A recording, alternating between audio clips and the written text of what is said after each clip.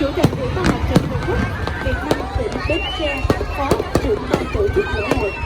Xin trân trọng cảm ơn các quý vị đại biểu sẽ biết lên tặng hoa cho các nghệ sĩ tham dự chương trình nghệ thuật hôm nay. Thưa quý vị lãnh đạo, quý vị đại biểu cùng toàn thể khán giả, chương trình lễ hội Dường Bến Tre lần thứ 5 năm 2019 sẽ được tiếp diễn với nhiều hoạt động phong phú đa dạng cho đến hết ngày 20 tháng 11 năm 2019. Rất mong sự tham gia của đông đảo quý vị khách quý gần xa.